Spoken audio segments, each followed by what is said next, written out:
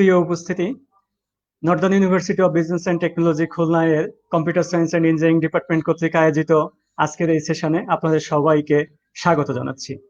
আজকের সেশনটি topics research মেথোডোলজির উপরে, গবেষণার উপরে মূলত।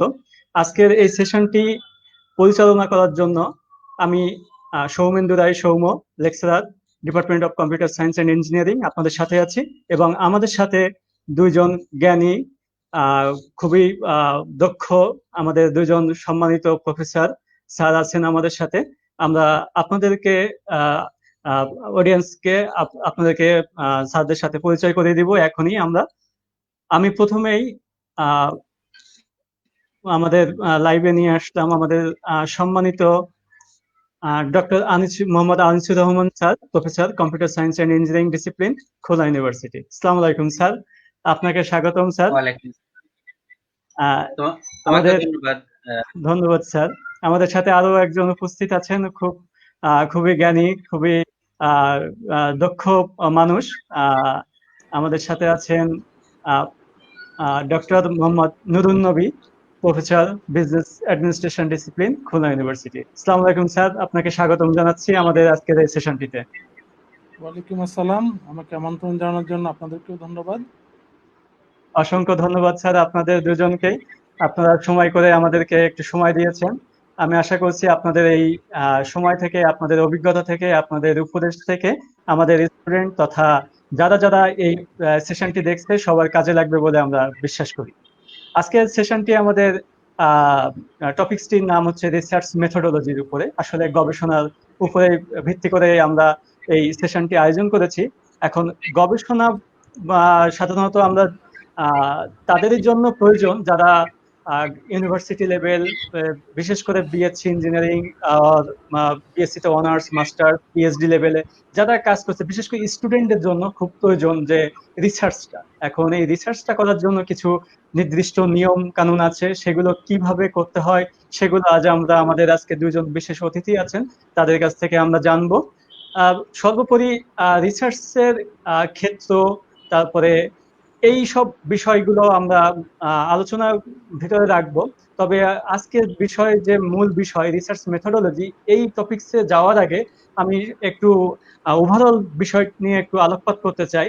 আমি প্রফেসর মোহাম্মদ নুরুন নবী স্যারের কাছে জানতে চাই যে সামগ্রিক দিক থেকে বাংলাদেশের রিসার্চের অবস্থাটা কেমন এবং কোথায় এর ডিমান্ড, কিভাবে এটা পরিচালিত হচ্ছে, এই বিষয়ে যদি আপনি স্যার একটু আলোকপাত করতেন স্যার। ধন্যবাদ সৌমেন্দু। বাংলাদেশে গবেষণা যদি বলা হয় তো আমরা একটা তুলনামূলকভাবে এ বিষয়ে মন্তব্য করতে পারি। তুলনামূলকভাবে মন্তব্য করতে পারি যে ধরো যাক 20 বছর আগে কোন ধরনের গবেষণা হতো আর এখন কোন ধরনের গবেষণা হয়। তো তার পাশাপাশি আমরা দেখি যে গবেষণার জন্য আমরা বলি একটা ইকোসিস্টেমের দরকার হয়, একটা পরিবেশের দরকার হয়। যদিও আমরা ওরকম 20 বছরের একটা তুলনা করি, তো গবেষণার পরিবেশ, ইকোসিস্টেম আগের তুলনায় এখন বাংলাদেশে ভালো হয়েছে। বাংলাদেশে যদি আমরা চাই তাহলে এখন খুব অহরহ না হলেও মানসম্পন্ন গবেষণা করা সম্ভব। এটা সম্ভব হয়েছে এইভাবে, তো গবেষণা ইকোসিস্টেমের কথা যদি বলা হয় তাহলে গবেষণা কিছু উপকরণের দরকার হয়, বিশেষ করে যে তথ্য। গবেষণা মানে কি? গবেষণা মানে জ্ঞানের সাথে সংযোগ এবং ওখান থেকে নতুন জ্ঞান বা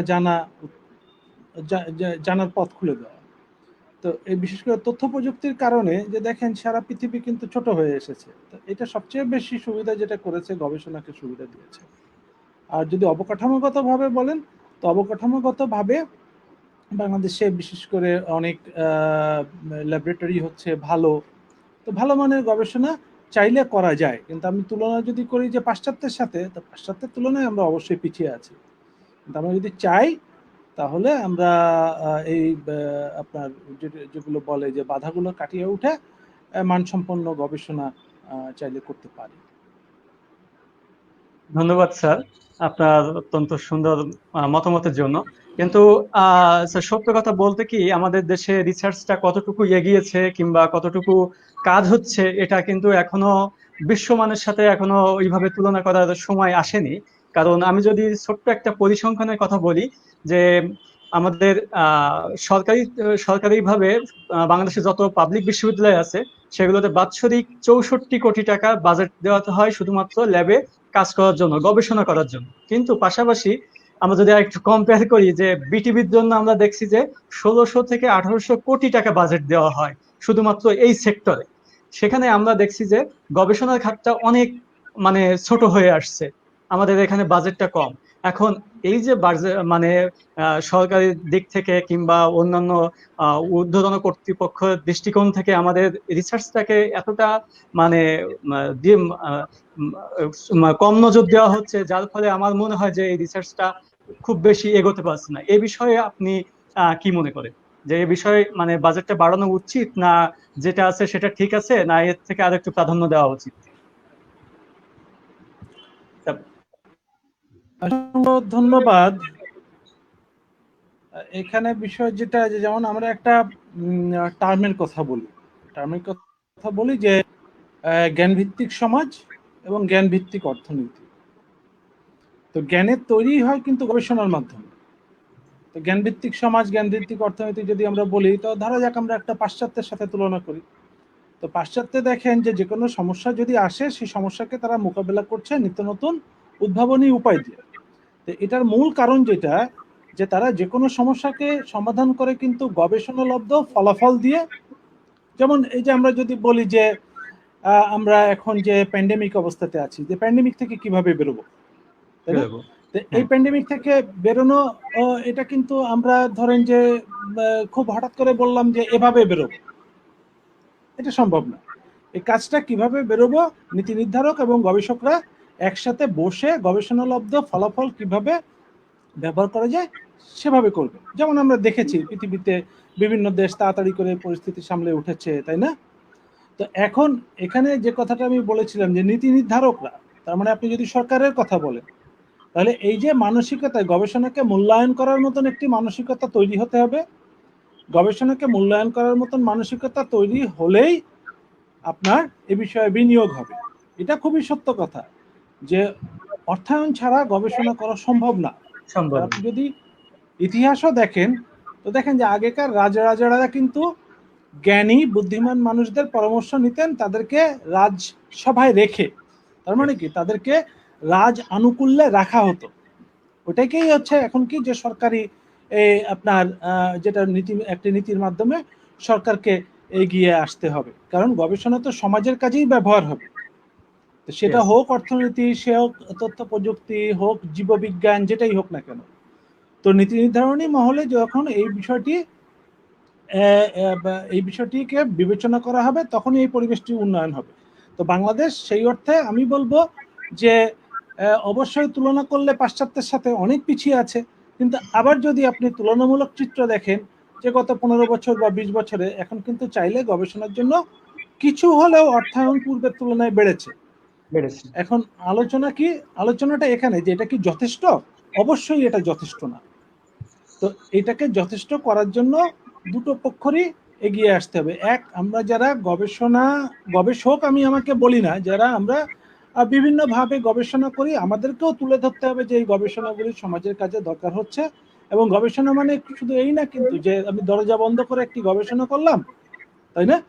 এই যে সমাজ সম্পৃক্ত বা সমস্যা সম্পৃক্ত গবেষণা আমরা করব, পাশাপাশি নীতি নির্ধারকদেরকেও এগিয়ে আসতে হবে যে না, এই যে যারা গবেষণা করে তারা আসলে বেকার লোক না, তারা আসলেই অবদান রাখতে পারে। তো এই দুটো বিষয় যদি কাছাকাছি আসে, তাহলে আমার মনে হয় পরিস্থিতি পরিবর্তন হবে। কিন্তু আপনি যে কথা বলে শুরু করেছিলেন যে বাংলাদেশকে পাশ্চাত্যের অন্যান্য দেশের সাথে তুলনা করার মতন পরিস্থিতি এখনো তৈরি হয়নি। অসংখ্য ধন্যবাদ স্যার। আমি এখন প্রফেসর ডক্টর আনিসুর রহমান স্যারের কাছে একটু জানতে চাই যে আমাদের বাংলাদেশের প্রেক্ষাপটে যারা গবেষক আছেন, যারা বিভিন্ন বিশ্ববিদ্যালয়ের প্রফেসর আছেন কিংবা টিচার আছেন, যারা গবেষণা করছেন, এখন তাদের স্বীকৃতিটা কতটুকু বাংলাদেশে, যে তাদেরকে কতটুকু আমরা স্বীকৃতি দিতে পারছি বাংলাদেশের প্রেক্ষাপটে, অন্যান্য প্রফেশনের তুলনায় আমরা কি তাদেরকে ঠিকভাবে স্বীকৃতি দিচ্ছি কিনা, তাদেরকে ইন্সপায়ার করছি কিনা, এই বিষয়ে যদি আপনি একটু আলোকপাত করতেন। প্রথমত আমি যেটা মনে করি যে একজন গবেষক, একজন বিশ্ববিদ্যালয়ের শিক্ষক হিসাবে গবেষণা কিন্তু আমার একটা মৌলিক কাজ। আমার শ্রেণীকক্ষে পাঠদান, সেই সাথে সাথে গবেষণা, আহ, এটা আহ, করার জন্য কিন্তু আমার যে নিয়োগপত্রে সেটা একটা শর্ত হিসেবেই সেটা থাকে। ফলে আহ, একজন শিক্ষক আস্তে আস্তে আমি বলবো যে একটা কালচার কথা যদি ধরি, যে একটা গবেষণাকে যদি আমরা একটা সংস্কৃতির সাথে তুলনা করি, তাহলে আহ, সেই সংস্কৃতির সাথে আস্তে আস্তে একজন শিক্ষককে তার চাকরির শর্ত হিসেবেই কিন্তু সেই সংস্কৃতিটাকে আত্মস্থ করতে হবে। কারণ তার প্রমোশন বা অন্যান্য ক্ষেত্রে এটা যেমন লাগে। কিন্তু এখন যেটা হয়ে গেছে, যে যেহেতু আহ, ওই আমাদের এখানে প্রণোদনা যেহেতু কম, সেহেতু ওই প্রমোশনের জন্য যতটুকু লাগে, যে কয়টা পাবলিকেশন লাগে, সেই দিকেই দেখা যাচ্ছে যে আমাদের অধিকাংশের একটা দৃষ্টি থাকে। এটা যে একটা সংস্কৃতি হিসেবে আমাদের মধ্যে গ্রো করবে, আমরা যে এটাকে ভালোবাসবো। আমরা বাঙালি হিসেবে যেমন আমরা বাঙালি সংস্কৃতির কথা যদি ধরি, আমরা গান ভালোবাসি, আমরা খেলাধুলা ভালোবাসি, আবার আমরা ক্রিকেটে কেউ জিতলে যেমন অনেক আনন্দ বোধ করি। কিন্তু এই যে একটা গবেষণার মধ্যেও যে একটা, আমি যখন একটা ইন্টেলেকচুয়াল অ্যাচিভমেন্ট যখন ঘটে, তখনকার যে তৃপ্তি, ওই তৃপ্তি লাভের ওই আনন্দের উদ্দেশ্যে গবেষণা গুলো হয় না বলে দেখা যায় যে আসলে ওই পাশ্চাত্যের তুলনায় আমরা অনেক ক্ষেত্রে পিছিয়ে আছি। এবং সেক্ষেত্রে যে মূল প্রশ্ন যেটা ছিল এখানে, যে আসলে স্বীকৃতির বিষয়টা, তো এই এই যে কিছু সীমাবদ্ধতার কথা বললাম, যে আমাদের আমরা শিক্ষকদের কিছু সীমাবদ্ধতা আছে। আমরা ওরকম গবেষণার সংস্কৃতিবান না, কিন্তু তারপরও অনেকেই কিন্তু অনেক ভালো ভালো কাজ করেছে।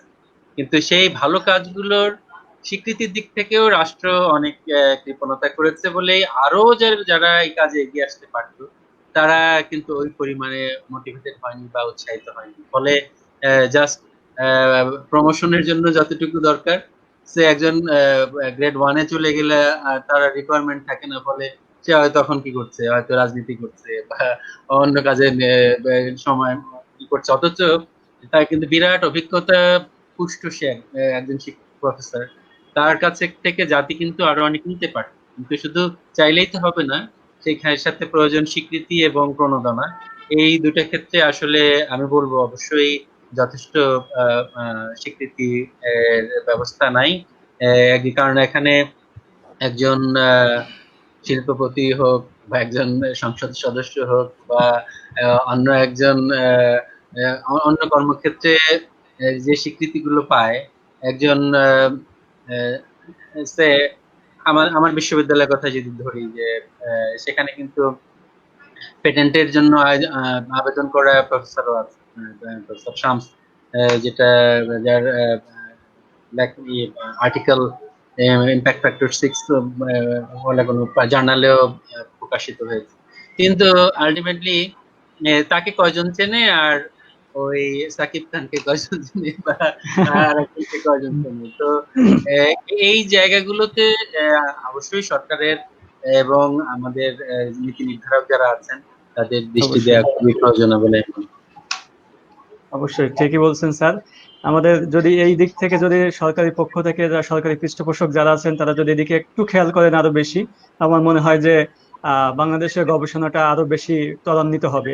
যদি আমরা খুব ছোট্ট একটা এক্সাম্পলের কথা বলি, কিছুদিন আগে এই যে করোনার ভ্যাকসিন আবিষ্কার নিয়ে ডক্টর ওনার নামটা আমাদের এক্সাক্ট খেয়াল নাই, উনি যে ভ্যাকসিনটা আবিষ্কারের কথা বলেছেন, গ্লোব বায়োটেকের যে টিম লিডার, ওনার মতোই আরো দেখা যাচ্ছে যে আরো অনেকেই এটা করতে সক্ষম হবে যদি আমরা সেইভাবেই তাদেরকে দেখভাল করি। তো যাই হোক, আমরা এখন মূল টপিকসে ফিরে যেতে চাই।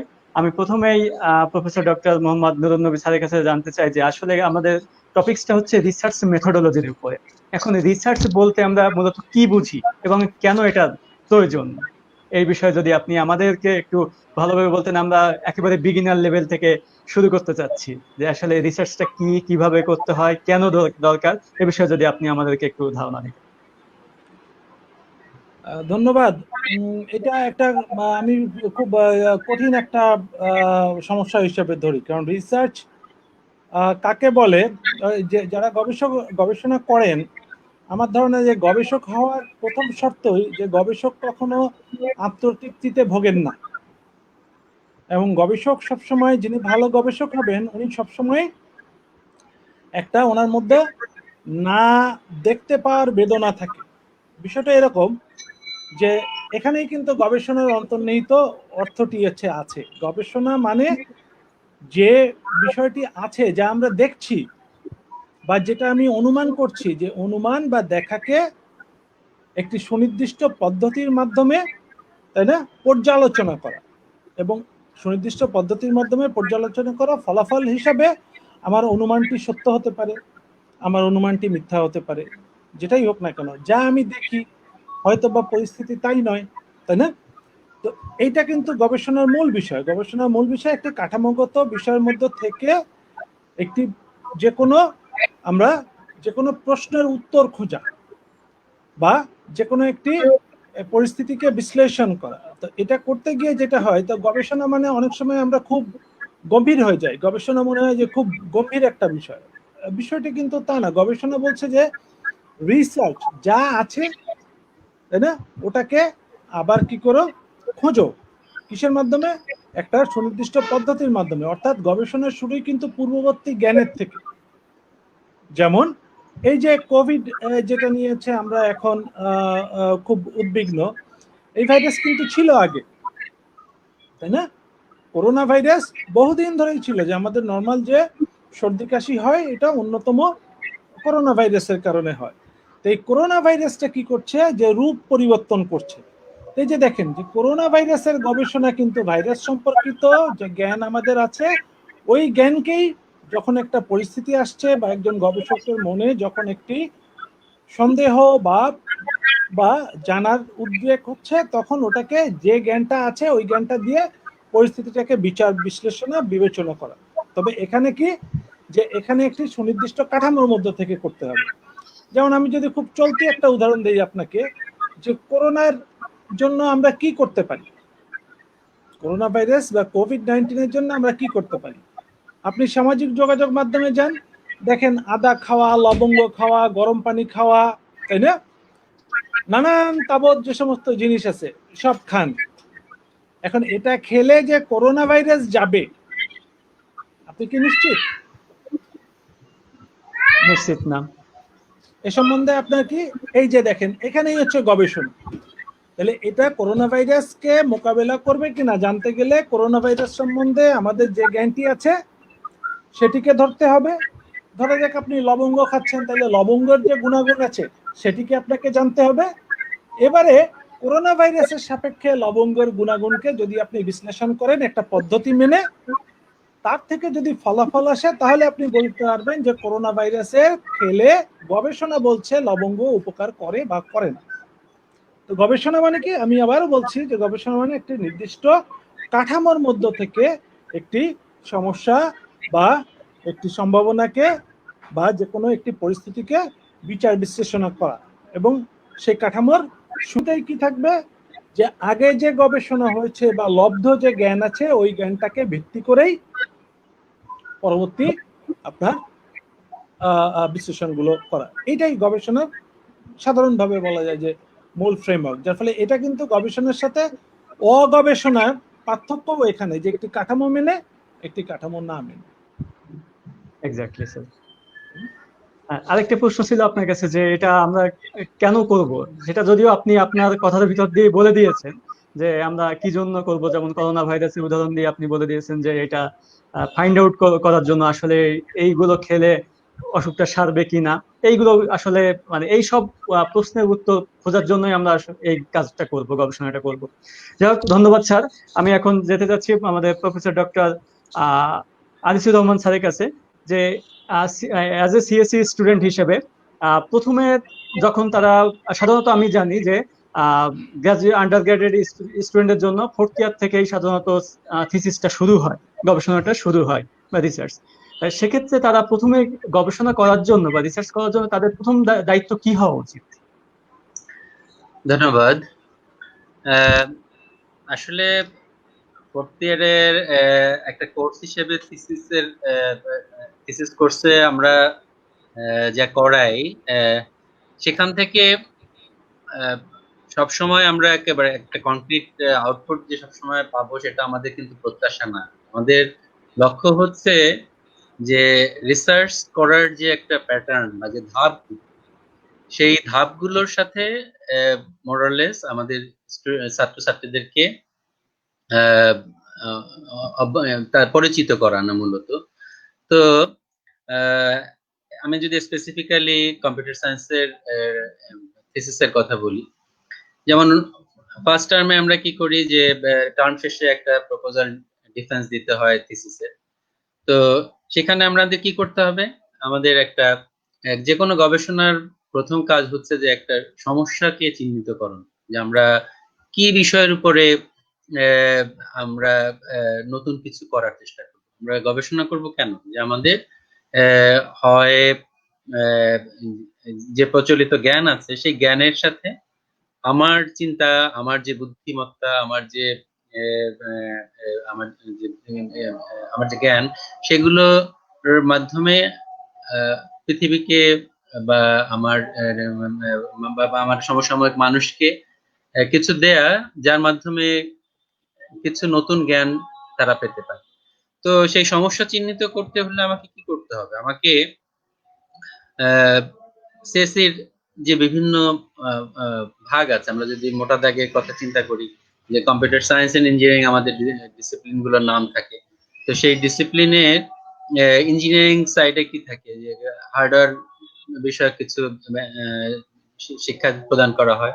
আবার কম্পিউটার সায়েন্স যে যে অংশটা, সেখানে মূলত অ্যালগোরিদম এবং সফটওয়্যার সম্বন্ধে মূলত আলোচনা করা হয়। তো এখন আহ, এই ফোর্থ ইয়ারে ওঠার আগে প্রথম থার্ড ইয়ার পর্যন্ত অনেকগুলো কোর্স কিন্তু তারা পড়ে, যেমন কম্পাইলার ডিজাইন পড়ে, তারা ইমেজ প্রসেসিং পড়ে, তারা ডেটা মাইনিং পড়ে, তারা ডেটাবেস নিয়ে পড়ে। তো এখন ফোর্থ ইয়ারের যখন একজন স্টুডেন্ট উঠবে এবং থিসিস কোর্সটা নিবে, তার দুঃখিত তার দুঃখিত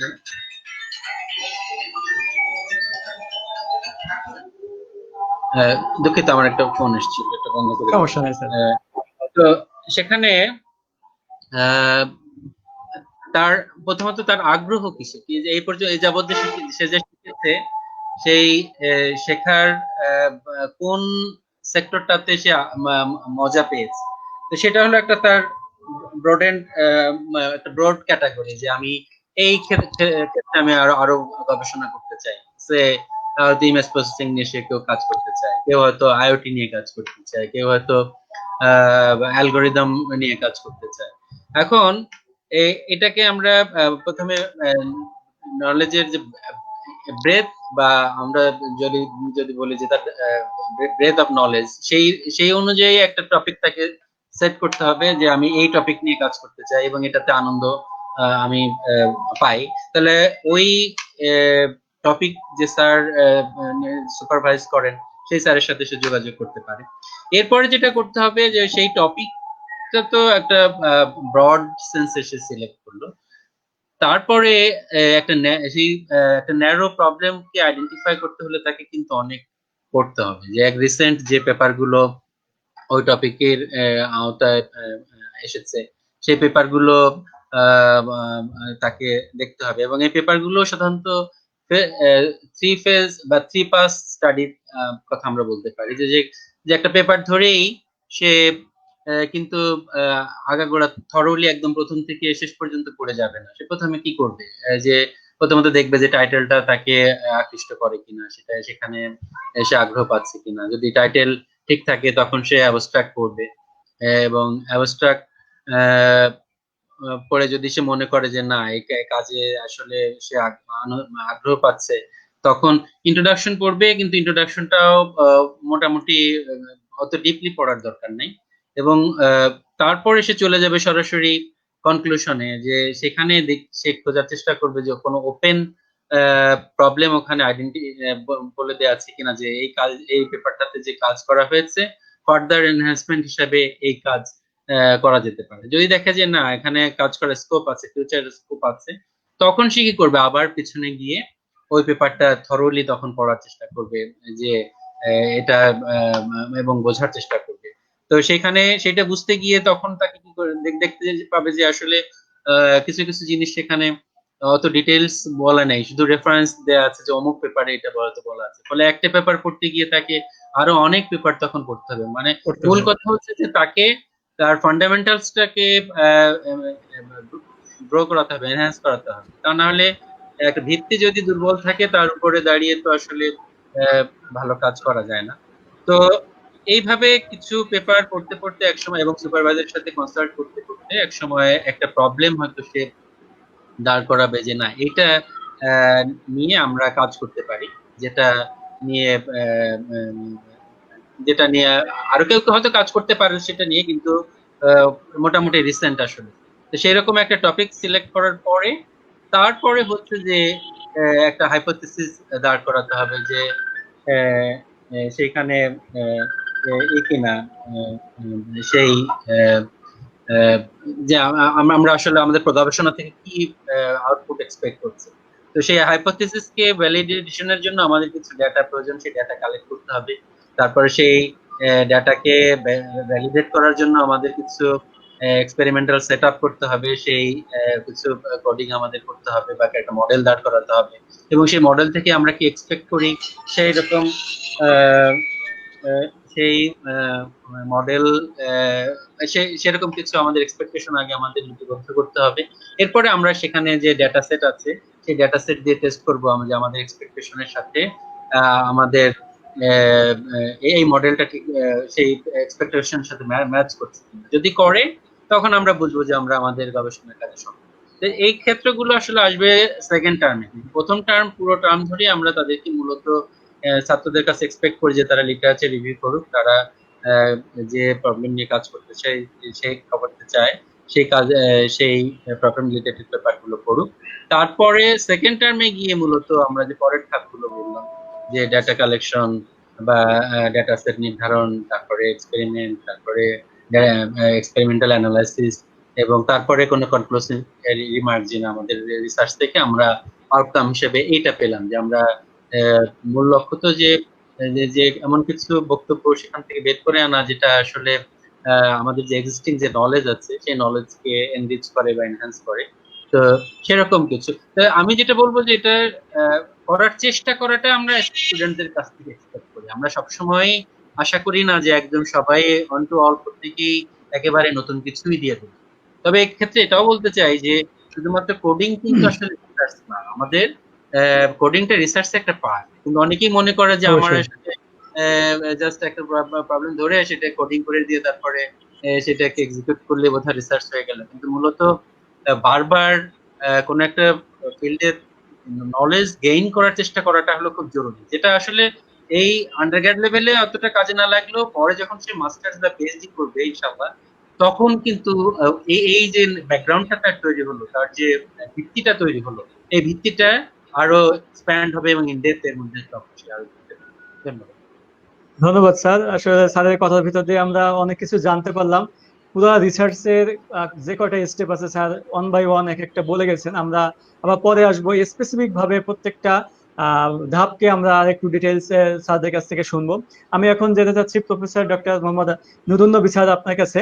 যে আমরা সাধারণত দেখেছি যে আমরা জেনারেল সেন্সে আমরা বুঝি যে গবেষণা সাধারণত বিজ্ঞানীদের কাজ, কিন্তু এই কথাটা কি আসলে কি কতটুকু সত্য যে শুধুমাত্র বিজ্ঞানীরাই কি গবেষণা করবে, না ওভারঅল জেনারেল যে কেউ গবেষণা করতে পারে? এ বিষয়ে আপনি কি মনে করেন? আহ, আসলে প্রথমে জানা দরকার বিজ্ঞানী কাকে বলে। মানে বিজ্ঞানী বলতে তো আমাদের শুধু ছবি দেখিয়ে আইনস্টাইনের ছবি দেখি, তাই না? কারণ উনি জগৎকে বদলে দিয়েছিলেন। আইনস্টাইনের ছবিটা কিন্তু আমরা দেখি উনি জগৎকে বদলে দিয়েছিলেন এই জন্য না, ওনার চুলের জন্য সম্ভবত অধিকাংশ মানুষ দেখে। অর্থাৎ বলা হয় যে বিজ্ঞানী তো বিজ্ঞান যারা চর্চা করেন, তাই না? হ্যাঁ। তো যারা বিজ্ঞান তারাই বিজ্ঞানী, আমি তো তাই মনে করি। আর গবেষণা যিনি করেন তারাই গবেষক, গবেষক। গবেষক। তাই না? তাহলে এখন গবেষক আর বিজ্ঞানীর মধ্যে পার্থক্য আছে না নেই? গবেষক এবং বিজ্ঞানীর মধ্যে আমি অর্থাৎ কেউ যদি গবেষণা না করেন তাহলে সে বিজ্ঞানী হতে পারবেন না। উনি অবশ্যই গবেষণা করেই তারপর বিজ্ঞানী। হ্যাঁ, বিজ্ঞানী আমরা দেখেন যে আমাদের সমাজে আমরা একটু আলাদা করে দেখি, তাই না? হ্যাঁ, যিনি চাকরি করেন তিনিও কিন্তু বিজ্ঞানী হতে পারেন, পারেন না? যেমন অবশ্যই আমাদের তো অবশ্যই পারেন। আছেই বিভিন্ন চাকরির পদই আছে যে উনি বিজ্ঞানী, তাই না? যে বিজ্ঞানীর পদই আছে। তার মানে কি বিজ্ঞানীর ধারণাটি কিন্তু স্পষ্ট না, কিন্তু গবেষকের ধারণাটি কিন্তু স্পষ্ট। যিনি অবশ্যই গবেষণা করেন, তাই না, তিনি বিজ্ঞানী হবেন। যিনি গবেষণা করেন না উনি বিজ্ঞানী হবেন না, ডেফিনেটলি। তাই না? তো এখানে হচ্ছে বিষয়টা, যেটা আমাদের কিন্তু বিজ্ঞানী তৈরি করার আগে গবেষক তৈরি করতে হবে। ঠিক এখন বলছেন। ধরেন যে কে গবেষক আর কে গবেষক না, আমরা তো সবাই ছোটখাটো গবেষক, অবশ্যই সবাই ছোটখাটো গবেষক না? যে অবশ্যই ধরা স্যার। যাক, আমি খুব সহজ করে বলি, কারণ কঠিন কথা হচ্ছে কি আমি অত বলতে পারি না। ধরা যাক আপনি বাজারে গেলেন, তাই না? বাজারে গিয়ে কোন মাছটি কিনবেন, এটা কি একটি গবেষণা না? কারণ দেখেন অবশ্যই যে নিজের মাইন্ড গবেষণার যে কয়টা ধাপ আছে, প্রত্যেকটা ধাপ কিন্তু আপনি পূরণ করছেন, পূরণ করতে তাই হবে। না? প্রত্যেকটা এক্স্যাক্টলি। ধাপ পূরণ করছেন। আপনি একটি অনুমান নিয়ে বাজারে গিয়েছেন, মাছ সম্বন্ধে আপনার আগের ধারণা আছে, পরে বাজারে গিয়েছেন, গিয়ে হচ্ছে বাজার প্রথমে ঘুরেছেন, ঘুরে কি তথ্য নিয়েছেন, বাজারে পর্যালোচনা করেছেন, তারপর একটি সিদ্ধান্তে এসেছেন, তাই না? তো তাহলে দেখেন অবশ্যই গবেষণায় কিন্তু রিসার্চ মেথোডোলজিতে প্রত্যেকটা ধাপ আছে। এখন এই যে আপনি যেটা মাছ বাজারে গেলেন, এটা কি আমরা সুনির্দিষ্টভাবে তাহলে কি আমি আপনাকে গবেষক বলবো না বলবো না? আপনি অবশ্যই কিন্তু গবেষক। আপনি আপনার ব্যক্তি স্তরে একজন গবেষক, গবেষক। কিন্তু একজন স্বীকৃত বা একটি বিজ্ঞান অথবা একটি জ্ঞানের শাখায় গবেষক হতে গেলে কি আছে, প্রত্যেকটা জ্ঞানের শাখার কি আছে, তার সুনির্দিষ্ট কিছু চাহিদা আছে, সুনির্দিষ্ট কিছু বৈশিষ্ট্য আছে, তাই না?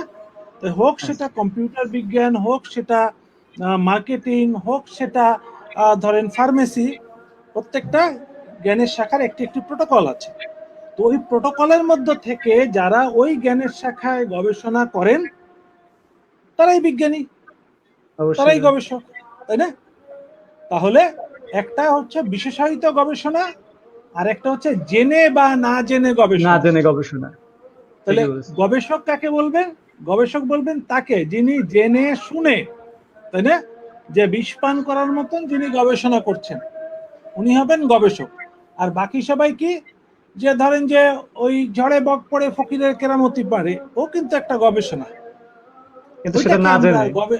হ্যাঁ, ওটাকে আমরা গবেষণাও বলবো না, আর ওটা যিনি করেন তাকে আমরা গবেষকও বলবো না। অর্থাৎ পার্থক্য করবে কোথায়?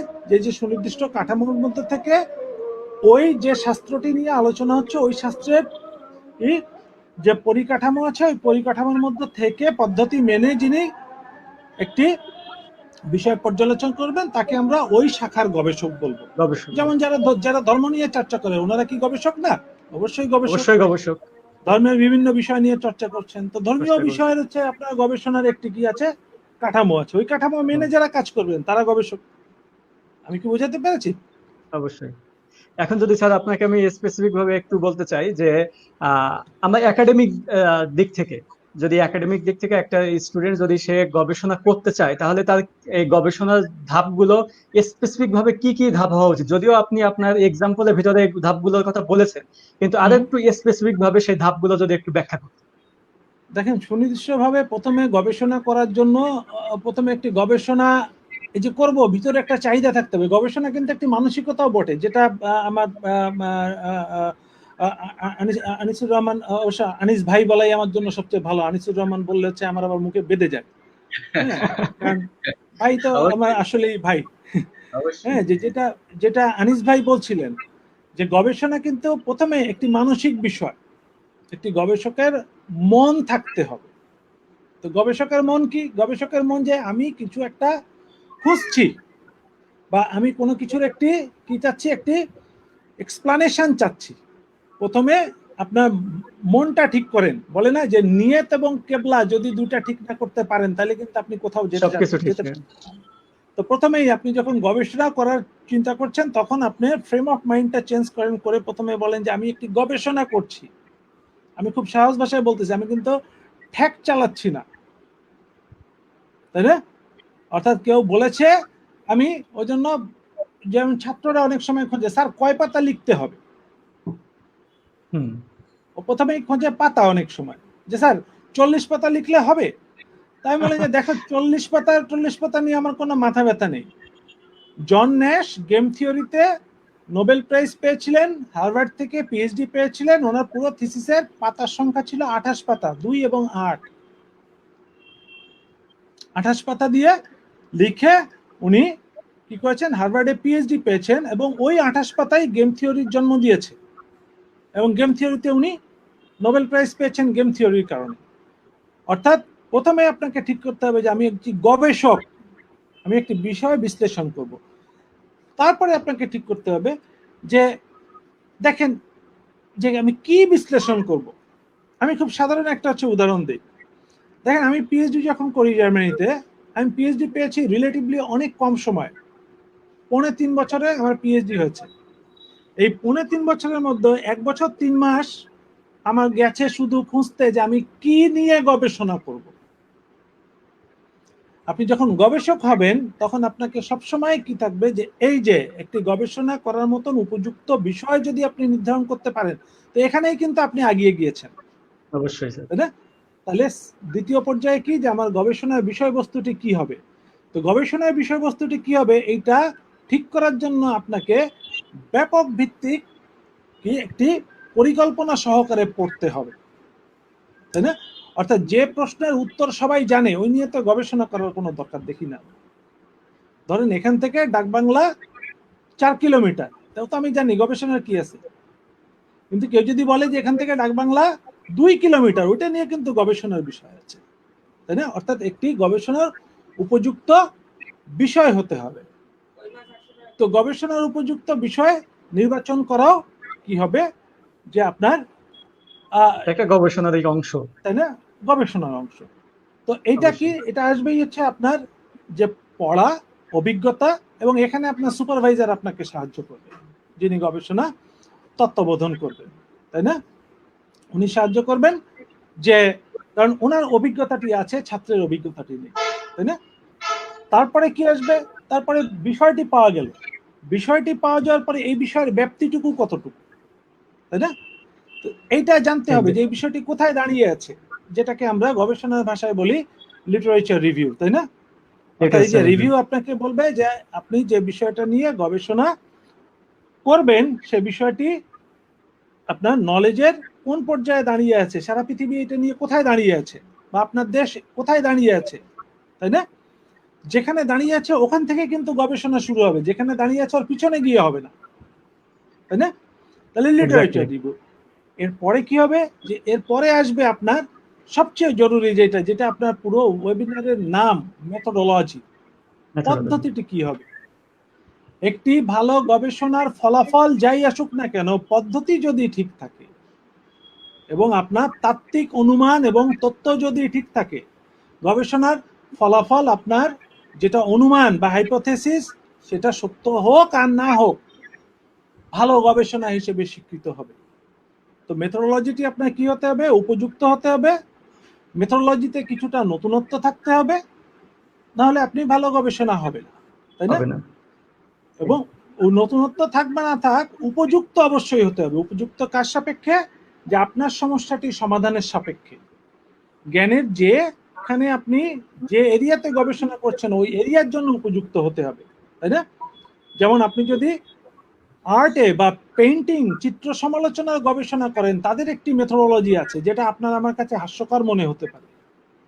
আবার আপনাদের কম্পিউটার বিজ্ঞানের একটি মেথোডোলজি আছে, কম্পিউটার বিজ্ঞানের মেথোডোলজি কিন্তু চিত্র সমালোচনাতে নিয়ে গেলে হবে না, উপযুক্ত একটি মেথোডোলজি হতে হবে। তারপরেরটা যেটা থাকে, যে তারপরে তো আপনার তথ্য উপাত্ত যেভাবে নিতে হবে, তা আবারও তথ্য উপাত্ত কি, উপযুক্ত তথ্য যাতে আসে এভাবে আপনাকে তথ্য এবং উপাত্ত নির্বাচন করতে হবে, এবং তথ্য এবং উপাত্ত নেওয়ার পদ্ধতি নির্ধারণ করতে হবে। তারপরে আছে বিশ্লেষণ, তাই না? তো বিশ্লেষণের জন্য আবারও একটি উপযুক্ত পদ্ধতি নির্বাচন করতে হবে, যেটা আপনার সমস্যাটির উপযোগী বিশ্লেষণ দিবে। তো বিশ্লেষণ হয়ে গেলে এবারে কিন্তু শুরু হচ্ছে সবচেয়ে কঠিন পার্টটা, লেখা,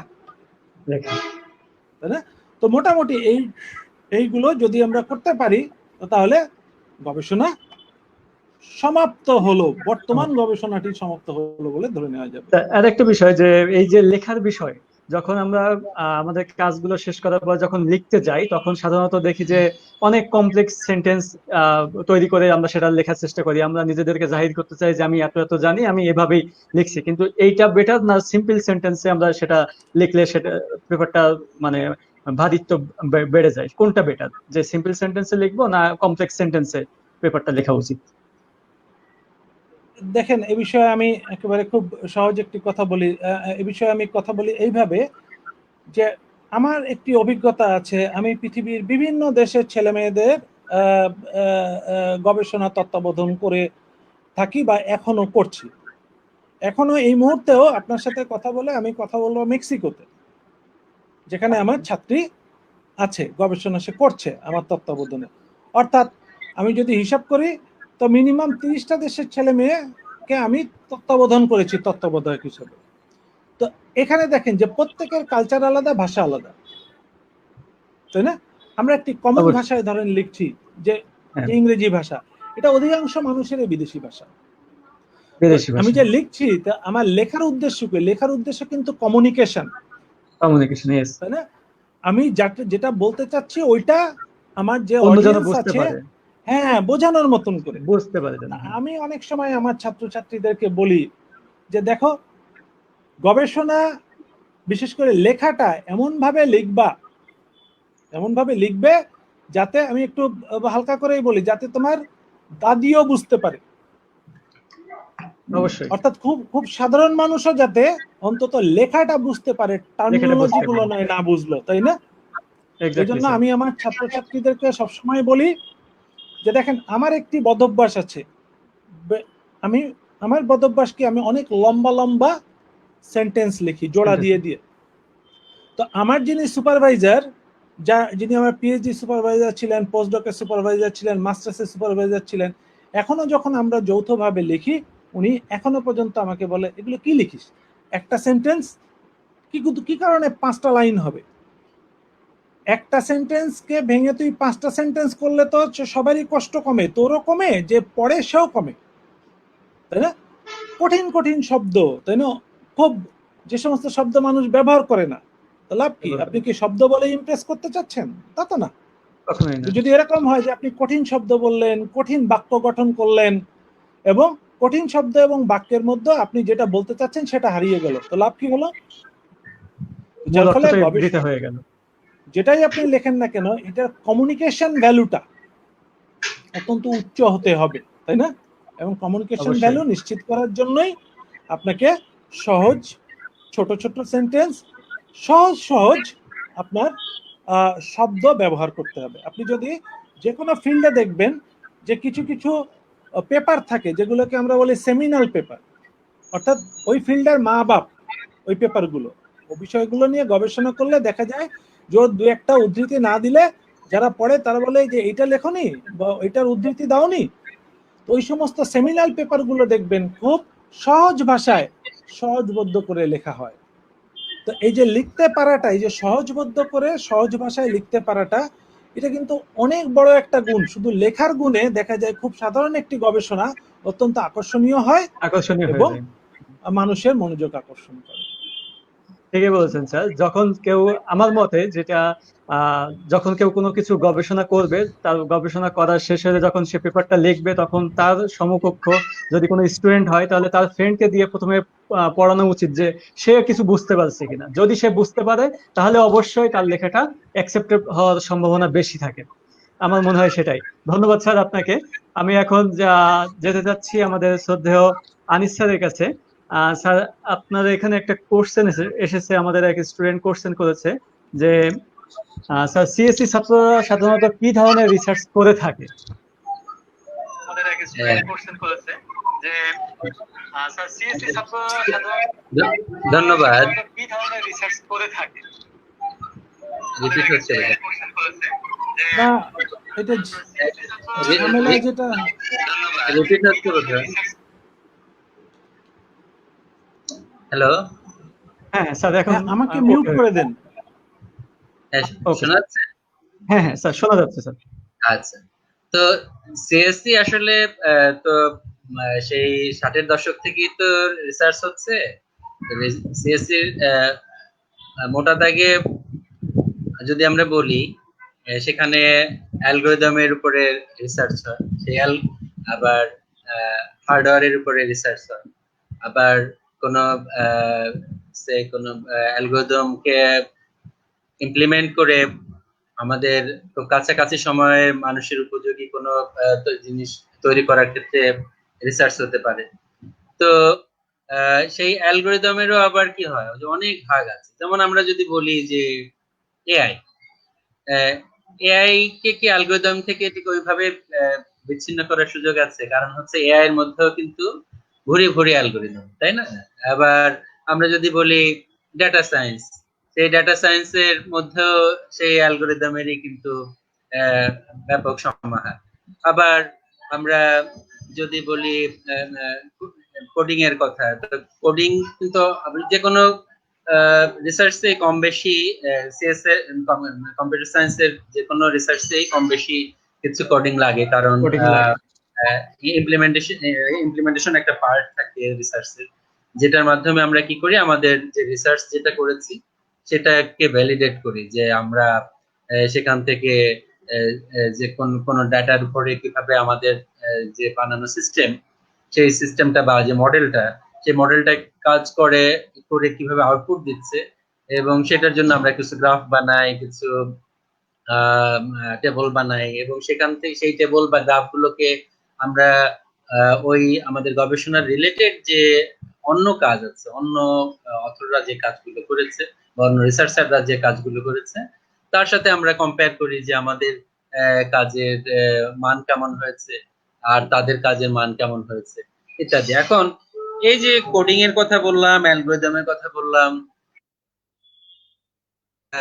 এই কিন্তু মোটামুটি সব রিসার্চ ক্ষেত্রে কমন, কিন্তু আবার বাইরের অনুযায়ী ভাগ করা যায় অনেক ভাবে। যেমন কি, যেমন এআই নিয়ে আমরা কাজ করতে পারি, আমরা সে পিওর অ্যালগরিদম নিয়ে কাজ করতে পারি। সে আমরা একটা, যদিও আমরা যদি একটা এক্সাম্পল দিই, যে সর্টিং সর্টিং অ্যালগরিদম গুলো যদিও অনেক স্যাচুরেটেড হয়ে গেছে, আসলে নতুন এখানে একটা অ্যালগরিদম বের করা অনেক কঠিন, কিন্তু তবুও পুরোনো প্রবলেমের একটা সুবিধা হচ্ছে যে এই প্রবলেমটা ইটসেলফ যে প্রবলেম, সেটা স্বীকৃত, ওটা নিয়ে কেউ প্রশ্ন করবে না যে সর্টিং অ্যালগরিদম বের করার প্রবলেমটা কি কোনো প্রবলেম হলো।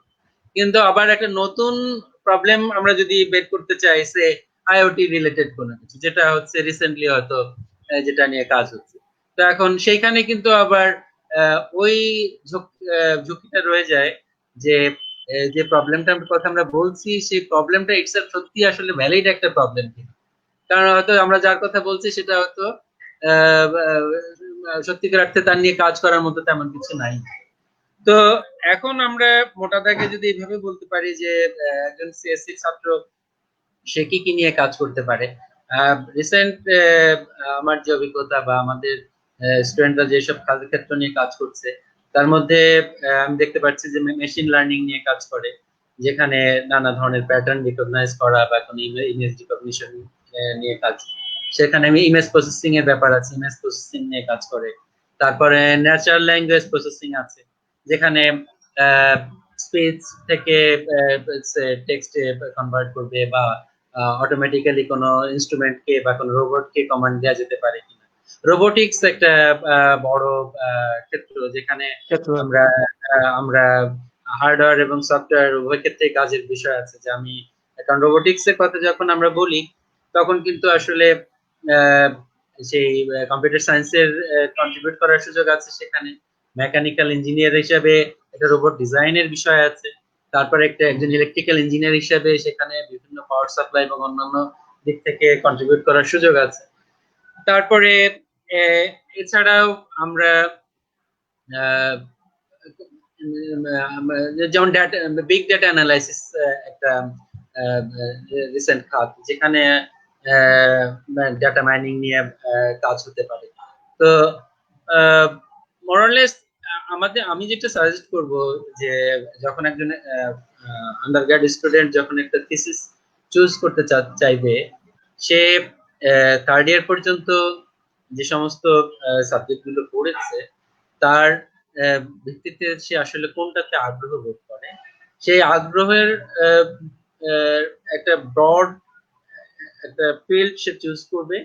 তারপরে হচ্ছে সে কোনো শিক্ষকের সাথে আলোচনার সাপেক্ষে সেটাকে ন্যারো ডাউন করার চেষ্টা করবে যে সে অ্যালগোরিদম নিয়ে কাজ করতেছে। এখন অ্যালগোরিদম নিয়ে কাজ করতে গেলেও কিন্তু ডাটা মাইনিং নিয়েও কাজ করতে পারে, কারণ ডাটা মাইনিং এর মধ্যেও অনেক অ্যালগোরিদম আছে।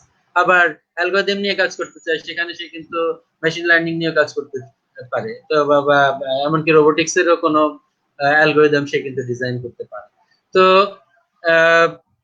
ফলে মোটামুটি সফটওয়্যারের দিকে এগুলো হচ্ছে রিসেন্ট কাজ। বিশেষ করে আমি আইওটি কাজই বেশি দেখছি, কারণ হলো আইওটির ক্ষেত্রে যদি ধরো সেখানে সেন্সরের কোন একটা স্পেসিফিক প্রবলেম সলভ করার জন্য কি কি সেন্সর ইউজ করবে, সেই সেন্সরের ডাটাগুলো কি করে ম্যানেজ করবে, সেখানে তারপরে সেগুলোর যে ডাটা, অনেক সেন্সরের ডাটা যখন আসবে বিগ স্কেলে কাজ করার জন্য তারা অ্যানালাইসিস কিভাবে করবে। ফলে আইওটির মধ্যেই দেখো যে অনেক রকম কাজের কিন্তু সূত্র বা সুযোগ রয়ে গেছে। তো আশা করি তোমার প্রশ্ন জবাব আমি তুমি করেই বলছি, কারণ আসলে হ্যাঁ অবশ্যই অবশ্যই স্যার, অবশ্যই স্যার হ্যাঁ হ্যাঁ অবশ্যই স্যার। থ্যাংক ইউ শিক্ষকদের স্যার। একটা সমস্যা, এই মাঝে মাঝে মাস্টারি স্বভাবটা যায় না, যদি পরিচালক হিসেবে আপনি সম্বোধনটা তোমার প্রাপ্য। অবশ্যই না স্যার, এটাই ঠিক আছে যে আমি আপনার ছাত্র সমতুল্য, আপনি তুমি করে বলবেন, এটাই স্বাভাবিক। ধন্যবাদ স্যার। আমি এখন যেতে যাচ্ছি আমাদের প্রফেসর ডক্টর নুরুন নবী স্যার আপনার কাছে। স্যার আমাদের এক স্টুডেন্ট কোশ্চেন করেছে যে আপনি দেখতে পাচ্ছেন হয়তো যে আমাদের ছাত্রদের মাঝে অনেকে গবেষণা করতে চায়, কিন্তু অনেকাংশে তারা পিছিয়ে পড়ে শুধুমাত্র ইংরেজি ভাষাগত সীমাবদ্ধতার কারণ। কারণ অনেক রিসার্চ পেপার কঠিন ইংরেজিতে লেখা। আমাদের এজন্য এ বিষয়ে কোন সাজেশন আছে কিনা? প্রশ্নটি আমার সামনে আছে, তো আমি এই জিনিসটা বুঝতে চাচ্ছি যে ফারহান জামান কি জানতে চাচ্ছেন, যে কঠিন ইংরেজিতে পড়তে অসুবিধা হচ্ছে নাকি ইংরেজি লেখার অসুবিধার কথা উনি বলছেন? আরেকটা কোশ্চেন সে করেছে যে সহজ ইংরেজিতে লেখা রিসার্চ পেপার স্কলারশিপ পাওয়ার ব্যাপারে বাহিরের বিশ্ববিদ্যালয়গুলোতে কতটা গ্রহণযোগ্য? ঠিক আছে, ওইটার সাথে যদি আমি এটাকে যোগ করে নিই, হ্যাঁ রিলেট যে করেন। এক হচ্ছে সহজ ইংরেজিতে লেখা এবং স্কলারশিপ পাওয়া, তিনটা ভিন্ন ভিন্ন বিষয়, তাই না? বিষয় এক, যে ইংরেজি পড়া, ধরেন পেপার কঠিন ইংরেজিতে লেখা থাকলো, তো কঠিন ইংরেজি সহজ ইংরেজি, ধরেন এইটা এটা এটার কোনো সমাধান কেউ দিতে পারবে না। ইংরেজির বিষয়টা হচ্ছে এরকম, যেমন আমরা যখন বাংলা বলি, তাই না? তো বাংলা, ধরেন যে আমিও বাংলা বলছি, ধরেন আমার যে বন্ধুটি বা যে ভাইয়ের বাড়ি চিটাগাঙে, উনিও তো বাংলা বলছেন, তাই না? বাংলা বলছেন। তো বাংলা বলছেন, তো এরকম বাংলা কিন্তু একাডেমিয়াতে ব্যবহার হয় না। একাডেমিয়াতে একটি সাধারণ গ্রাহ্য বাংলা ব্যবহার হয়, তাই না? ঠিক ইংরেজিরও তেমন একাডেমিয়াতে একটি সাধারণ গ্রাহ্য ইংরেজি ব্যবহার হয়।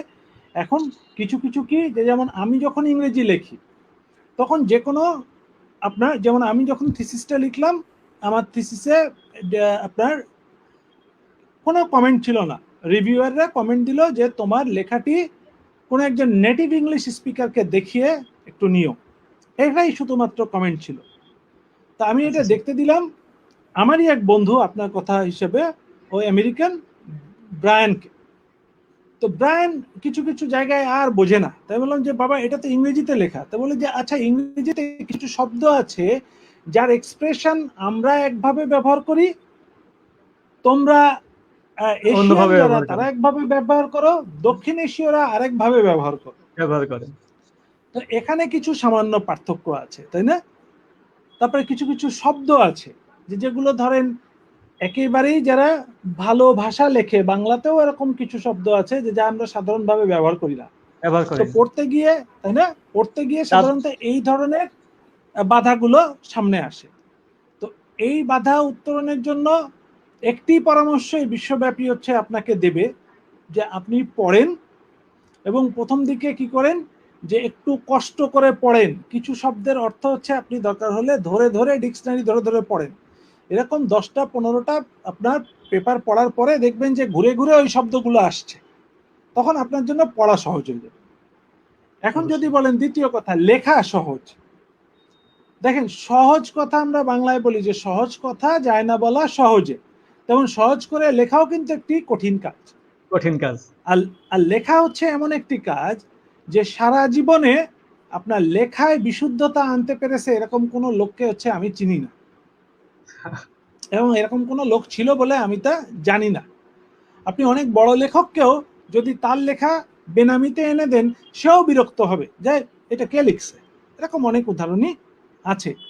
সহজ করে লেখার সবচেয়ে বড় বিষয় হচ্ছে যে যত সহজ করে আপনি বিষয়টি জানবেন, দেখবেন যে আমি সাধারণত বলি যে একজন জ্ঞানী লোককে আপনি চিনতে পারবেন একটি সিম্পটম দেখে, যিনি জ্ঞানের কথা সহজ করে বলতে পারেন। জ্ঞানের কথা কঠিন করে কিন্তু যে কোনো কেউ আপনি পাতা দেখে বলতে পারবেন, কোনো অসুবিধা হবে না। অর্থাৎ যখন আপনার নিজস্ব উপলব্ধি আসবে তখনই আপনি সহজ ভাষায় বলতে পারবেন। তো ঠিক লেখার বিষয়টাও তাই। তো লেখার মা কিন্তু পড়া। তো যে যত পড়বেন, সে কঠিন হোক আর যাই হোক, লিখতে গেলে আপনাকে সহজ করে লিখতে হবে। আর প্রথমে আমি যেটা বলছিলাম যে আপনার এই ফ্রেম অফ মাইন্ডটা যদি থাকে যে লেখাটা কিন্তু আমার জন্য না, লেখাটা আমার অডিয়েন্সের জন্য। আমার অডিয়েন্স কারা? অডিয়েন্সের জন্য যদি আপনি লেখেন, যারা পড়বে তাদের জন্য, দেখবেন আপনার লেখা সহজ হয়ে এসেছে। তৃতীয় যে বিষয়টি আমার কাছে এসেছিল, যে বাহিরে স্কলারশিপ পাওয়া। দেখেন, বাইরে স্কলারশিপ পাওয়ার জন্য কঠিন ইংরেজি সহজ ইংরেজির কোনো বিধিবিধান নাই। আপনি যদি বলেন, যেমন আমরা বাংলাভাষী, আমরা কয়জন ভালো করে বাংলা লিখতে পারি আর বলতে পারি? অর্থাৎ বিশুদ্ধভাবে এবং কি মেনে, ব্যাকরণ মেনে। ঠিক তেমন সাদা চামড়া দেখলে আমাদের হয়তো মনে হয় যে এরা সবাই হচ্ছে শেক্সপিয়ারের বংশধর, অত্যন্ত শুদ্ধভাবে। সাদা চামড়া মানেই তো ইংরেজি বলে না। পৃথিবীতে ইংরেজি বলে একটি মাত্র, দুটি মাত্র জাতি ইংরেজি বলে, তাই না? একটিই বলা যায় যে ইংল্যান্ডের দ্বীপ থেকে যারা আমেরিকাতে গিয়েছিল তারাই, এবং অস্ট্রেলিয়াতে তারাই ইংরেজি বলে। বাকি সবার জন্য তো বিদেশি ভাষা, তাই না? তার মানে কি, এটা কিন্তু তাহলে এখন তৃতীয় কথা আসছে যে স্কলারশিপ পাওয়ার জন্য কিন্তু আপনার সহজ ইংরেজি কঠিন ইংরেজি কোনো নিয়ামক না। স্কলারশিপের বিষয়টা কি, যে স্কলারশিপ যে দিচ্ছে, দেখেন তার কিছু কিছু কি আছে, শর্ত আছে, তাই না? ওই শর্তগুলো পূরণ করতে হবে। আর দ্বিতীয় কথা, স্কলারশিপ সবসময় একটি কম্পিটিটিভ বিষয়। কেন? কারণ দেখেন, যে দেওয়ার লোকের কমতি আছে, চাওয়ার লোকের তো কমতি নেই, তাই না? অর্থাৎ এই যে কম্পিটিশনটি আছে, এই কম্পিটিশনটি করে বেরিয়ে আসতে হবে। যার ফলে বিদেশি স্কলারশিপ পাওয়া যাবে কি যাবে না, এইটার প্রথম বিষয় যে আপনি কোন শাখায় স্কলারশিপ পেতে চাচ্ছেন, সেখানে সাধারণ শর্তগুলো কি কি, এগুলো আপনি পূরণ করেন কিনা। দ্বিতীয়ত আসবে যে ওই ফিল্ডে যারা স্কলারশিপের জন্য আবেদন করছে তাদের তুলনায় আপনি কিছুটা হলেও এগিয়ে যদি না থাকেন, তাহলে তো আপনি পাবেন না। তার মানে এই যে স্কলারশিপের আবেদন করা এবং স্কলারশিপের জন্য তৈরি হওয়া, এটাও কিন্তু একটি গবেষণা, তাই না? এটা আপনার নিজের গবেষণা। যার ফলে যিনি প্রশ্ন করেছেন, ওনাকে কিন্তু আমি ধরেন প্যারাসিটামল টাইপের কোনো উত্তর আমার কাছে নেই। আমি একটি ফ্রেমওয়ার্কের কথা বললাম, আশা করা যায় যে এই ফ্রেমওয়ার্কটি উনি সহ যারা জানতে চাচ্ছিলেন তাদের অনেককেই সাহায্য করবে। এই ফ্রেমওয়ার্কের কাজটা করলে উত্তরটা আসলে ওইভাবে সাজিয়ে গুছিয়ে এসে নিতে পারবে। আরেকটা কোশ্চেন যে স্যার, এটা আমার কাছে মনে হয় যে রিসার্চ মেথোডোলজি নিয়ে আপনি একটু আগে বলেছেন। এখন এই সব কয়টা স্টেপ জানার পরে যদি 6টা মাসের ভিতরে সে কমপ্লিট করতে পারবে কি পারবে না, এই বিষয়ে একজন জানতে চেয়েছে। যদিও একটু খুব আমি সেই আপনার প্যারাসিটামল কোয়ালিটির কোশ্চেন যে আসলে এইভাবে পাওয়া। তারপরেও দেখেন, রিসার্চ মেথোডোলজি জিনিসটা এরকম জিনিস যে মেথোডোলজির এর কোনো শেষ নেই। আমি যে 6টা ধাপ বলেছি, এটা সাধারণ 6টা ধাপ।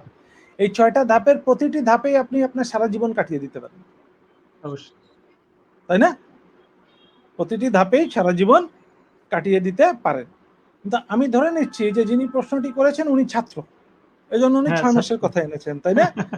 যদি উনি পেশাদার গবেষক হতেন বা আমাদের মতন যদি হতেন, তা আমাদের দেখেন যে আমরা ভালো গবেষক হতে পারবো কি পারবো না তা জানি না, কিন্তু বাকি জীবন যতদিন বিশ্ববিদ্যালয়ে, অন্তত বিশ্ববিদ্যালয়ের শিক্ষক হিসেবে যদি একজন কমপ্লিট না কিন্তু শিক্ষক হিসেবে পরিচিতি যদি আমি ধরে রাখতে চাই, তাহলে একটা মিনিমাম লেভেলের গবেষণা আমাকে করতে হবে এবং বাকি জীবনই করতে হবে, তাই না? তার মানে প্রতিটি ফেজ দেখেন, যতবার আমি গবেষণা করতে যাব ততবার শিখব। এখন যিনি প্রশ্ন করেছিলেন, যেহেতু উনি ছাত্র, দেখেন ছাত্রের জন্য গবেষণা, ছাত্রের কাছ থেকে তত্ত্বাবধানকারী হিসেবে আমি কি আশা করি? আমি আশা করি যে ছাত্র যাতে এই 6টি ধাপ সে কোনোভাবে যাতে মিস না করে, সে যাতে পেরিয়ে আসে, তাই না? যখন আমি একটা থিসিস দেখি, তখন দেখেন যে থিসিসের আউটকামে আমি আসি পরে, আমি দেখি যে এই 6টা ধাপ উনি কতটুকু একটা থিসিসের মধ্যে আছে, তাই না? তো ছাত্রের জন্য কিন্তু যে ব্যাচেলারে বা মাস্টার্সে যে গবেষণাটা, এটা কিন্তু পেশাদারি গবেষণার চেয়েও আমি বলি this is a training of a research, তাই না? তাকে রিসার্চের প্রতি কি করা, যে তাকে রিসার্চের প্রতি আকর্ষণ করা এবং রিসার্চের বেসিকটা সম্বন্ধে তাকে একটা ধারণা দিয়ে দেওয়া, তাই না? এক্স্যাক্টলি। কিন্তু তাকে রিসার্চের পরিপক্ক রিসার্চার কিন্তু আপনার হবে কি, তার নিজে যখন রিসার্চ করা শুরু করবে তখন সে পরিপক্ক রিসার্চার হবে। সুপারভাইজারের তত্ত্বাবধানে সে যখন থাকবে, সুপারভাইজার তাকে এই ধাপগুলো কিভাবে পেরোতে হবে এই বিষয়েই বলবেন, মূলত জোর দিবেন, তাই না? তার মধ্যে তাহলে 6 মাসে আপনি কি করবেন? দেখেন 6 মাসে যে আপনাকে ওই 6টা ধাপের পণ্ডিত হইতে হবে তা কিন্তু মানে নেই। আপনাকে 6 মাসে কল্পনা করতে হবে, বা 1 বছরে আপনি যদি রিসার্চ করতে চান, তাহলে আপনাকে চিন্তা করতে হবে যে ঠিক আছে 1 বছর পরে আমাকে এই জিনিসটা আউটপুট দিতে হবে, তাই না? এই আউটপুটকে তৈরি করার জন্য এই ধাপগুলো আপনি সাজিয়ে নেবেন, এইটা এইটা এইটা এইটা, যতটুকু আপনার জানা দরকার ততটুকুই আপনি এই 6 মাসে বা 1 বছরে জানবেন। তারপরে আপনার যদি রিসার্চ আপনাকে আকর্ষণ করে, আপনার তো গবেষক হওয়ার জন্য কি সময় পড়েই আছে। যেমন আমরা যারা পিএইচডি করেছি, তো পিএইচডি যেদিন আমাদের শেষ হয়ে যায়, আমার ধারণা প্রত্যেককেই বলা হয়েছিল যে দেখো তুমি পিএইচডি করেছো তার মানে তুমি বড় গবেষক হয়েছো, এটা ভাবার অত্যন্ত ভুল কারণ। তোমার কি হচ্ছে যে তুমি গবেষণা করতে পারো এরকম একটি লাইসেন্স তোমাকে দেওয়া হয়েছে, বাকি জীবন তুমি কি করবে এটার উপরে নির্ভর করবে যে যেটা আমাদের উপস্থাপক বলছিলেন যে আমি গবেষক হব না বিজ্ঞানী হব, নাকি আপনার ওই পিএইচডি সার্টিফিকেট হচ্ছে আমি গলায় ঝুলিয়ে হচ্ছে বাকি জীবন চলবে, তাই না? এটা নির্ভর করে তার উপরে, যার ফলে যিনি প্রশ্ন করেছেন 6 মাসে আপনি শুধু বেসিকটা জানার চেষ্টা করেন যে দিস আর দ্য বেসিক্স। ধন্যবাদ স্যার আপনার অত্যন্ত জ্ঞানগর্ভ আলোচনার জন্য। আমার মনে হয় যে আপনার এই আলোচনা থেকে আমাদের স্টুডেন্টরা বা যে কোশ্চেন করেছে সে যথেষ্ট জ্ঞান উপলব্ধি করতে পেরেছে এবং সেভাবে কাজে লাগাতে পারবে। আমি এখন আরেকটা কোশ্চেন এসেছে, সেটা সিএসসি রিলেটেড। আমি সেজন্য প্রফেসর ডক্টর মোহাম্মদ আনিসুর রহমান স্যারের কাছে যেতে চাচ্ছি। স্যার আপনি হয়তো দেখতে পাচ্ছেন কোশ্চেনটা। আমি প্রশ্নটা দেখেছি যে আচ্ছা এনএলপি নিয়ে কোনো শিক্ষার্থীর যদি কোনো রিসার্চ ভালো পেপার কোনো জার্নালে প্রকাশিত হয়, তাহলে এসএসসি তে সিজিপিএ কম থাকলেও সে বাইরে যে রিসার্চ করতে যেতে পারবে কিনা? হ্যাঁ, অবশ্যই পারবে, কারণ বাইরের একজন প্রফেসরের কাছে আমাদের এসএসসি বা এইচএসসি সিজিপিএ ইট ম্যাটার্স ভেরি লিটল, এটা আসলে খুবই কম গুরুত্বপূর্ণ। বরং ওই যে একটা ভালো জার্নালের কথা এখানে বলা হয়েছে, সেই জার্নালের সাথে বাইরের যে কোনো একজন প্রফেসর যে আসলে সুপারভাইজ করবে বা ফান্ডিংটা করবে, বা যে আসলে বাইরের একটা ইউনিভার্সিটিতে অ্যাডমিশন নিতে সহায়তা করবে, তার কাছে ওই জার্নালটাই মুখ্য। ফলে এসএসসি তে কোনো কারণে রেজাল্ট খারাপ হয়ে গেছে বলে হতাশ হয়ে বসে থাকার কোনো কারণ নেই। আমি বলবো যে ঝাঁপিয়ে পড়ো কাজে, এবং এই যদি একটা ভালো জার্নালে প্রকাশ করা যেতে পারে, আমি মোটামুটি নিশ্চিত যে বাইরে অ্যাডমিশন ঠেকাতে পারবে না ইনশাআল্লাহ। অসংখ্য ধন্যবাদ স্যার। আমরা অনুষ্ঠানের একেবারে শেষ পর্যায়ে চলে এসেছি। আমরা প্রায় 1 ঘন্টা 3 মিনিট হয়ে গেছে আমাদের এই লাইভ সেশনটির। আমরা আশা করছি আমাদের যে আলোচনা হলো, এই আলোচনা থেকে যারা স্টুডেন্ট আছে তারা শুধুমাত্র আমাদের বিশ্ববিদ্যালয় বলে কথা না, যারা যারা দেখছে এই লাইভ সেশনটা, বিশেষ করে এখানকার খুলনা ইউনিভার্সিটি, কুয়েট, তারপরে যত ইনস্টিটিউশনের স্টুডেন্টরা দেখছে, আমি আশা করব তাদের কাজে লাগবে, এবং তারা যদি কাজে লাগাতে চায় তাহলে তাদেরকে আমাদের যে 2 জন অতিথি তাদের কথা অনুযায়ী যদি কাজ করতে পারে, তাহলে আমার বিশ্বাস যে তারা অবশ্যই সেটা সাকসেসফুল ভাবে করতে পারবেন। ধন্যবাদ জানাতে যাচ্ছি স্যার, আমরা অনুষ্ঠানের একেবারে শেষের দিকে। আপনাদের দুজনকে আবারও ধন্যবাদ জানাচ্ছি কম্পিউটার সায়েন্স এন্ড ইঞ্জিনিয়ারিং ডিপার্টমেন্টের পক্ষ থেকে। আপনারা অত্যন্ত ব্যস্ত থাকেন সব সময়, এই ব্যস্ততার মাঝখান থেকেও আমাদেরকে সময় দিয়েছেন আমাদের স্টুডেন্টদের বিভিন্ন কোশ্চেনের উত্তর তারপরে বিভিন্ন জানার যে একটা সুযোগ সৃষ্টি করে দিয়েছেন, সেজন্য আমরা আসলে আপনাদের কাছে কৃতজ্ঞ। আর আমরা শেষ করার আগে sir, professor doctor Mohammad Nurun নবী স্যারের কাছে জানতে চাচ্ছি যে আপনার এই শেষ মুহূর্তে আমাদের উদ্দেশ্যে বা আমাদের স্টুডেন্টের উদ্দেশ্যে আপনার কিছু বলার আছে কিনা? প্রথম কথা, যে আমাকে ডাকার জন্য আমি আয়োজকদেরকে ধন্যবাদ জানাচ্ছি এবং নর্দার্ন বিশ্ববিদ্যালয়কে ধন্যবাদ জানাচ্ছি। বলার যেটা আছে, যেহেতু আমরা একটি বিষয় নিয়ে আলোচনা করছি যে রিসার্চের বিষয় নিয়ে, তো দেখেন যে রিসার্চ কিন্তু ছাত্ররা অনেক সময় করে কি যে তারা ভয় পায়, তাই না? তো রিসার্চ ভয় পাবেন না, এবং রিসার্চ কিন্তু কারোর একক বিষয় না। আপনি চাইলেই বা আপনার যদি ইচ্ছা থাকে তো আপনি রিসার্চার হতে পারবেন, ভালো রিসার্চ করতে পারবেন। আপনাকে যে বাকি জীবন রিসার্চ করতে হবে তা না, বরং রিসার্চকে আপনি দেখবেন একটি সুযোগ হিসেবে। যেমন যারা কখনোই আর রিসার্চ করবেন না, আপনি ব্যাচেলারের একটি থিসিস করছেন, তো আপনি এটাকে এইভাবে দেখেন না কেন যে this is a life time opportunity, এর পরে তার আমি এই জিনিসটা করবো না, তো এই সুযোগটা আমার কাছে আর আসবে না। আমি যদি একটি ভালো রিসার্চ করতে পারি বা মনোযোগ দিয়ে যদি কাজটা করি, তাহলে দেখা যাবে যে এটা আমি একটা অ্যাচিভমেন্ট হিসেবে বলতে পারবো যে এরকম একটা কাজ আমি করেছিলাম, তাই না? তো আমি যে কথাটা প্রথমে বললাম যে গবেষণা করতে গেলে প্রথমে একটা গবেষকের মানসিকতা নিয়ে আপনি যদি শুরু করেন, তো দেখবেন যে গবেষণা আপনার জন্য সহজ হয়ে যাবে এবং গবেষণায় কিন্তু আপনি মজা পাবেন। যেমন দেখেন যে গবেষণায় যেটা আমার বড় ভাই বলছিল, আনিস ভাই বলছিলেন যে গবেষণায় যে মজা পাওয়া, তাই না, এটা কিন্তু ভিডিও গেম খেলার চেয়েও এডিকটিভ, মোবাইলের টেক্সটিং এর তুলনায় এডিকটিভ যদি আপনি এটার মধ্যে ঢুকতে পারেন, তাই না? এবং এর প্রত্যেকটা ফেজ কিন্তু আপনার যেটা আমরা বলি যে সমাধান করার মতন ফেজ, তাই না? তাই আপনি কিছু ডেটা নিলেন, ডেটাটা আপনি অ্যানালাইসিস করতেছেন, ডেটাটা হচ্ছে আপনার, আপনি যেভাবে চাচ্ছেন সেভাবে যাচ্ছে না, এবারে দেখবেন যে ওই ডেটাটা আপনি এদিকে ঘোরাতে হবে, ওদিকে ঘোরাতে হবে, পদ্ধতি বদল করতে হবে, তাই না? তো এইটাও কিন্তু যখন আপনার মনের মধ্যে এইটা গ্রো করবে যে না ঠিক আছে এটা আমি করেই ছাড়বো, তখন দেখবেন যে এটা করার পরে আপনার মনে হবে যে যাকে কাজ একটা করছি, হয়তো ওই কাজটা বিশ্বের বিচারে কিছুই হবে না, কিন্তু আপনি যে পরিমাণে আনন্দ পাবেন এটা কিন্তু ওই আপনি কাউকে বোঝাতেও পারবেন না এবং এটার ভাগ কেউ নিতেও পারবে না। আমি সবসময় যেটা বলি যে তরুণদের, যে গবেষণা আপনারা ভয় পাবেন না, বরং গবেষণাকে আরেকটা খেলা হিসেবে নেন, দেখবেন একসময় আপনি এর মধ্যে ঢুকে গিয়েছেন।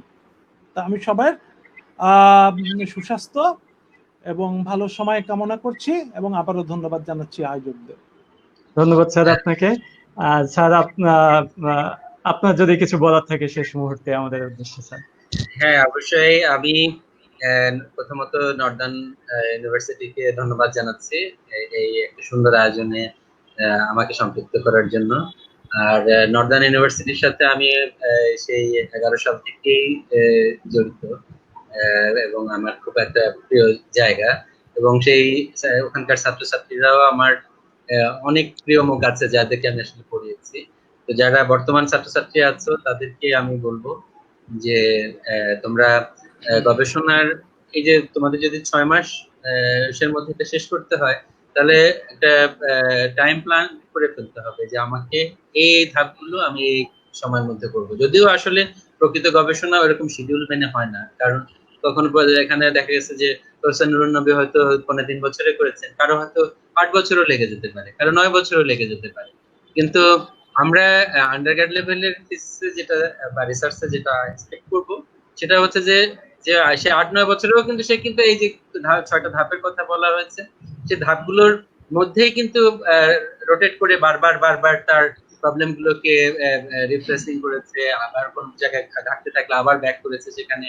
তো আমি যেটা রিকোয়েস্ট করব ছাত্রছাত্রীদেরকে যে এই প্রতিটা ধাপের সাথে আপনারা তোমরা অভ্যস্ত হয়ে ওঠো, এবং এই অভ্যস্ত হয়ে ওঠার জন্য তোমাদের শিক্ষকদের সাথে প্রতি সপ্তাহে অন্তত থিসিস নিয়ে 2 বার অন্তত আহ, আহ, সাক্ষাৎ করবে এবং পরের সপ্তাহের জন্য করণীয় কি সেটা স্যারদের কাছে শুনে নিয়ে সেই যে গোল সেট করা হয়েছে সেটা অ্যাচিভ করার চেষ্টা করবে এবং দেখবে যে একসময় তোমাদের বড় ভাইয়েরা যদি পেরে থাকে তোমরাও কেন না, তা কেন নয়, ফলে তারা পেরেছে, তোমরাও ইনশাল্লাহ পারবা এবং দেখবা যে তোমাদের একটা সুন্দর থিসিস আলটিমেটলি ওই 6 মাসের পর গিয়ে লেখা হয়ে গিয়েছে। যদি তোমরা ওই কাজ ফেলে না রাখো, আর যদি ফেলে থাকে পড়ে থাকে যদি কাজ, তাহলে 6 মাস কেন 6 বছরেও শেষ হবে।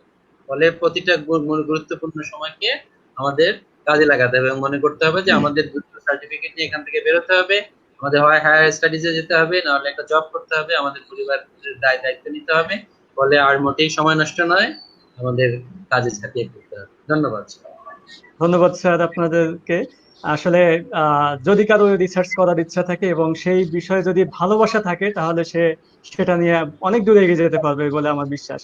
আর পরিশেষে আমি বলতে চাই যে আমাদের দেশে রিসার্চের প্রবণতা বাড়ুক। আমাদের সরকারি পৃষ্ঠপোষক যারা আছেন তাদেরকে, জানি না তারা এটা তাদের কাছে এই মেসেজটা পৌঁছাবে কিনা, যে তারা যেন এই রিসার্চের পরিবেশ যেন সৃষ্টি করতে আগ্রহী হয় এবং আমাদের বাংলাদেশে যত প্রতিষ্ঠান আছে সব কয়টা প্রতিষ্ঠানকে যেন রিসার্চ মুখী করে তোলে, সেই আবেদন জানিয়ে আমি আজকের মতো এখান থেকে বিদায় নিচ্ছি।